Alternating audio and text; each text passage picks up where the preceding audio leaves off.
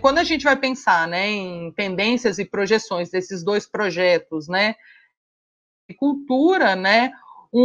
a gente tem, né, um desaparecimento, né, de algumas comunidades tradicionais, né, que às vezes são causadas por N motivos, né, desde de violências, genocídios sistemáticos, né, que vêm ocorrendo ao longo da história, por exemplo, quando a gente olha a questão da população indígena, né, dificuldades e entraves no reconhecimento de territórios tradicionais, né, também pode ser entendido aí também como uma tendência que vem acontecendo nos últimos tempos, né, mas são comunidades que resistem e se reproduzem desde muito tempo, né. Hoje a gente teve uma notícia muito interessante, que foi o reconhecimento de uma terra indígena no Piauí, né, e a primeira terra indígena reconhecida no estado do Piauí, era um estado que não tinha tido o reconhecimento de nenhuma terra indígena, então, mesmo apesar, né, da gente ter um ambiente institucional e uma realidade bastante ruim, conservadora, a gente consegue avanços aí a partir da resistência e da luta, né? E no campo do agronegócio, né, a tendência que tem se demonstrado é a expansão da fronteira agrícola, mas a continuidade de uma crise econômica, ambiental e sanitária, né? E aqui é muito interessante pensar como que a pandemia surge, né? É mais que comprovado, né, que elementos como a expansão da fronteira, né, a padronização da produção de alimentos, né, a maior distância e viagem que a gente faz entre alimentos, né, a gente pensar que hoje a mesma soja que é produzida no Tocantins tem as mesmas características da soja no Mato Grosso, dos Estados Unidos, da China,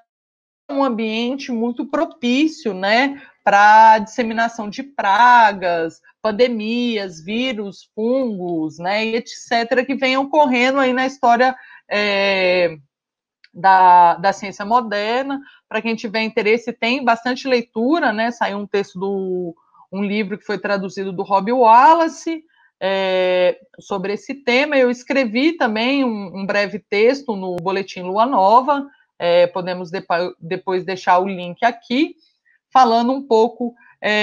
como que a pandemia também está vinculada, né, e como que é importante, mesmo nesse momento da pandemia, a gente continuar pensando, né, na estrutura produtiva e alimentar, né, que a gente tem conduzido, né, da onde sai o nosso alimento, como a gente quer se alimentar e como que a gente quer se relacionar com a natureza e com a terra, né. No próximo slide,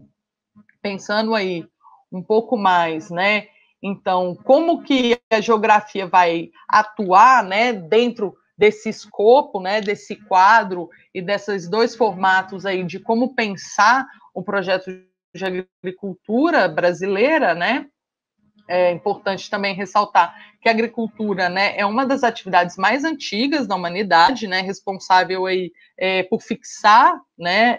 as sociedades e por criar cidades, né, foi a capacidade de estocar alimentos que fez com que as cidades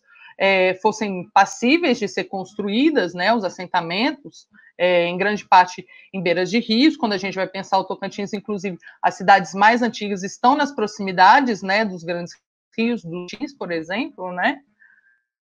Pensando na agricultura, a gente sempre está olhando de alguma maneira para essa dicotomia, né? Agricultura ou agronegócio, né? Agricultura ou agroecologia, né? Eu acho que a primeira questão é isso, né? A atividade agrícola, né? A agricultura por si, ela é uma atividade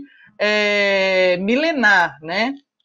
Então, eu acho que essa é a primeira questão, e existem diversos modelos possíveis, né, para a gente pensar e desenvolver, né, a agricultura. Né? Dentro dessa dicotomia que foi apresentada, né,